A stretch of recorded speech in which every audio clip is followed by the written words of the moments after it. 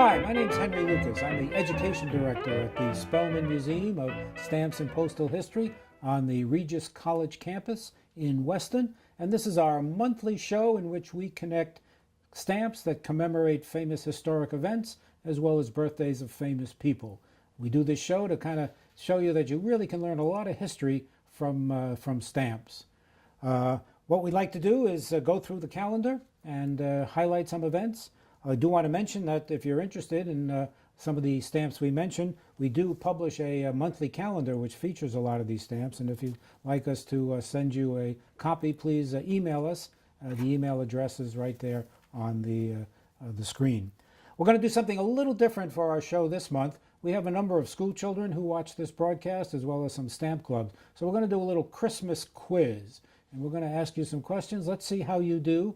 We'll flash the choices up on the screen and then give you the answers with a little explanation. So get your pencils out, start keeping a score. Let's start with the first question. It is, in what year was the first Christmas stamp issued by the post office? Was it in 1958, was it in 1962, or was it in 1967? And I'm going to show you that first stamp, which was issued in 1962. We did not have Christmas stamps before that, but it did start the tradition of issuing secular Christmas stamps, and then after a few years some religious stamps came in, and now every year the post office issues 2 or 3 stamps, both religious as well as secular, for people to use on their Christmas cards. All right, I hope you got that one right. Let's try with the second one. It's a little different. You all know about Christmas seals, and what country introduced the use of Christmas seals for the first time to use on holiday cards? Was it in England? Was it here in the United States? Or was it in the country of Denmark?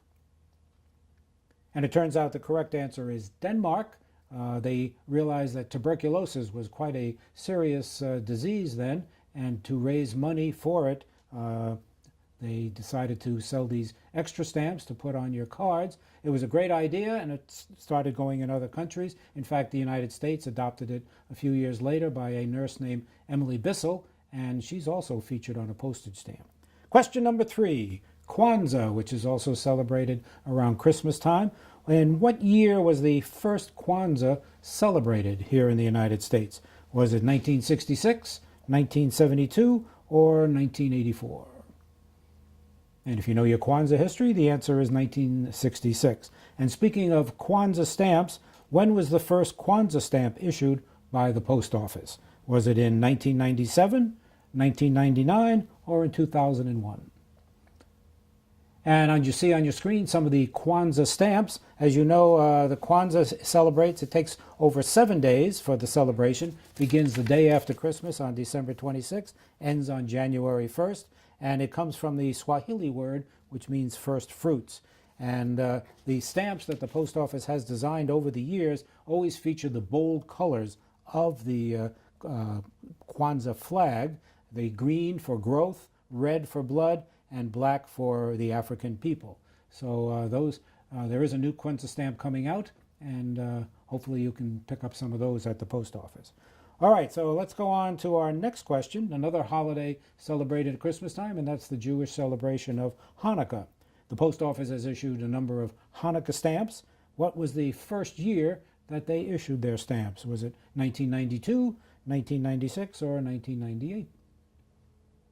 Give you thought for a minute. Turns out it was 1996. It was a 32-cent stamp, and since then they've issued, depending on how you count, because some Hanukkah stamps were kind of slight redesigns and issued, but by latest count I think we've had 7 different Hanukkah stamps, and you can see those on your screen. All right, let's get back to Christmas stamps for the Christian celebration.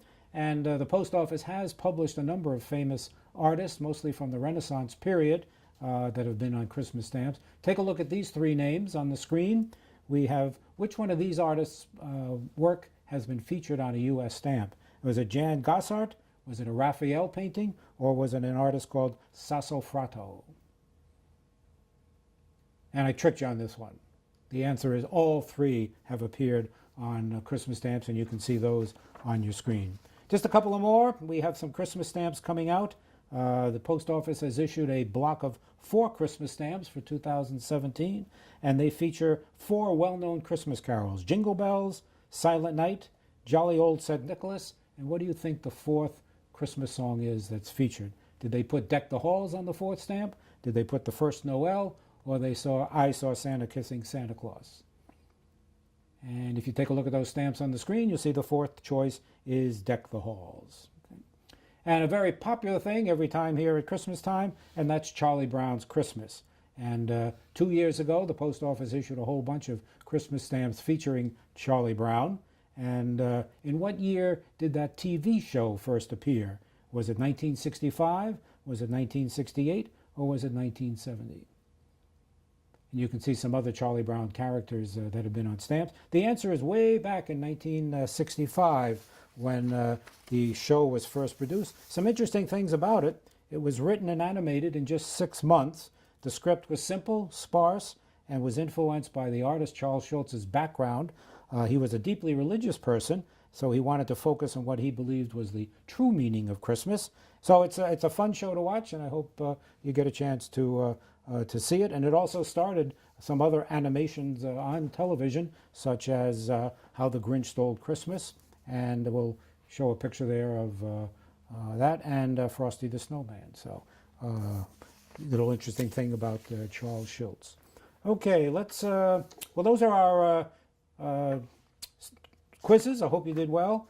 Let's take a look just quickly at some other Christmas stamps, because every year all sorts of images have been on Christmas stamps since '62. We've had a mailbox, we've had the poinsettia, we've had holiday baubles, gingerbread houses, and of course Santa Claus, snowman, even a Currier and Ives image. So we do have those stamps on sale here at the museum at face value. So if you'd like to use a few more stamps than just one on your Christmas cards, please come by the museum and pick up some of those nice stamps. We also have some old Christmas seals if you'd like to add those as well. All right, on our show, let's go into some December events. We always like to feature birthdays and mention the deaths of our presidents. So on December 28th, 1856, President Woodrow Wilson was born in Staunton, Virginia. He died in February of 1924, and interestingly, he's the only president buried in our nation's capital city. He's buried in the Washington National Cathedral. Unfortunately, Woodrow Wilson was not as popular when he died, and so he only got himself on a 17-cent stamp, unlike his predecessor, his follower, Warren G. Harding, who was very popular when he suddenly passed away, and he got himself on several first-class stamps, which you can see there. Another birthday president is Martin Van Buren. He was born back in 1782 on December 5th. And as you can see from the stamp, it's an 8-cent stamp, which means that he was our 8th president. He didn't do so well. He had a major depression during his presidency, and so he lost his run for re-election. In fact, the opposing party gave him the nickname of Martin Van Ruin. But he was our last president, as you can tell from his name, the last president who spoke Dutch. He tried to run again in 1844, lost the nomination to Polk, and then he changed parties and tried again in 1848 and again lost. But he still was one of our presidents and did accomplish some great things. We have another president, Harry Truman, died in December of 1872, December 26th. He's buried, by the way, in his hometown of Independence, Missouri. Things were a lot different then. When he left office in beginning of 1953, he just went home to Independence, and then a few months later he got an invitation to go speak in New York. So he and his wife, Bess, they just hopped in the car and before interstates just headed up the back roads to New York City. No Secret Service, stopped along the way to say hello to people, and then got to New York and gave his speech.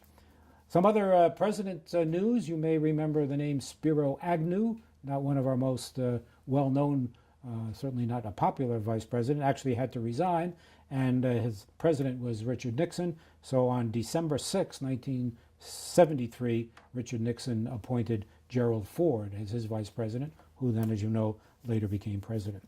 So I think that's all our president news, although we should mention the famous artist, Gilbert Stuart, who did the famous painting of George Washington, which is featured on a number of stamps, as well as on the $1 bill. He was born down in Rhode Island on December 2nd, 1755, and actually in the summertime you can go visit his house, which is still down there.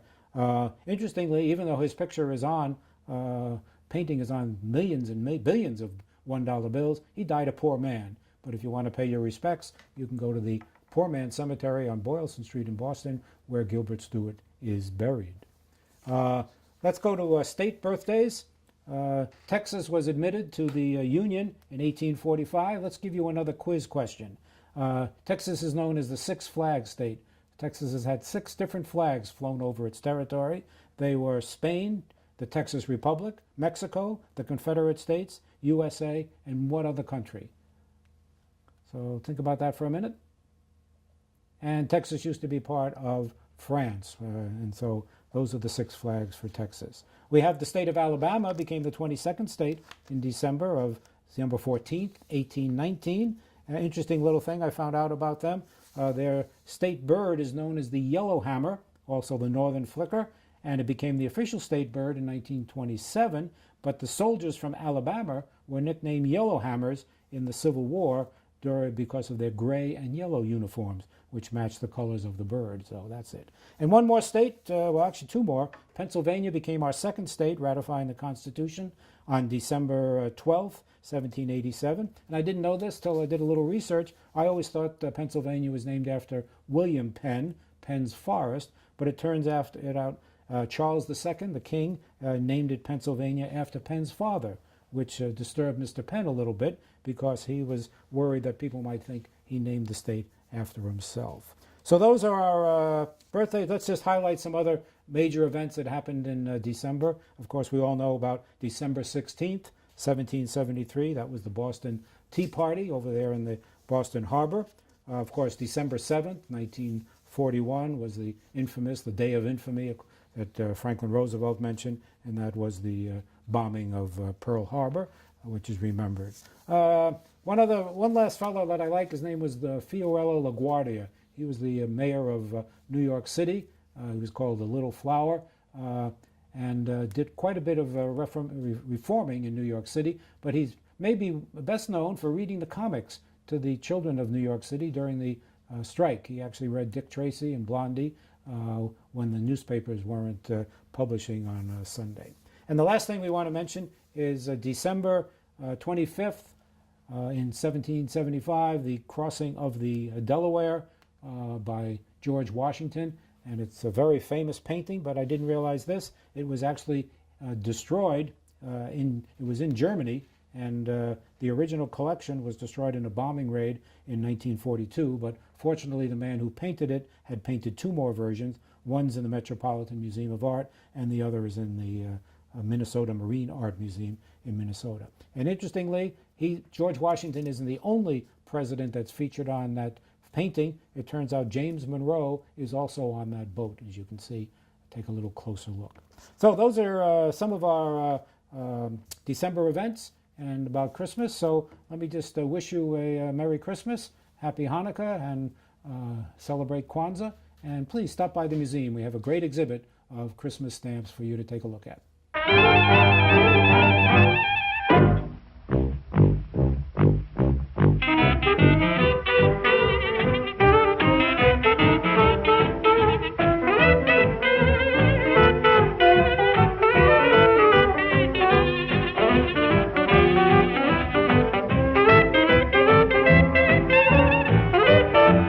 We need a Santa Claus on Mars.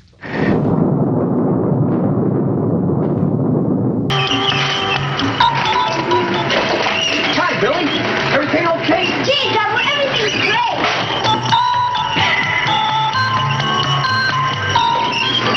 Oh, Santa. Hundreds of thousands of letters from all over Mars. Two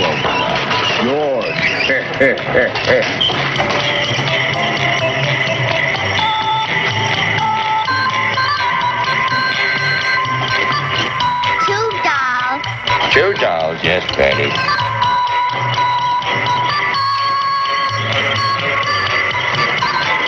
3 baseball bats. 3 baseball bats.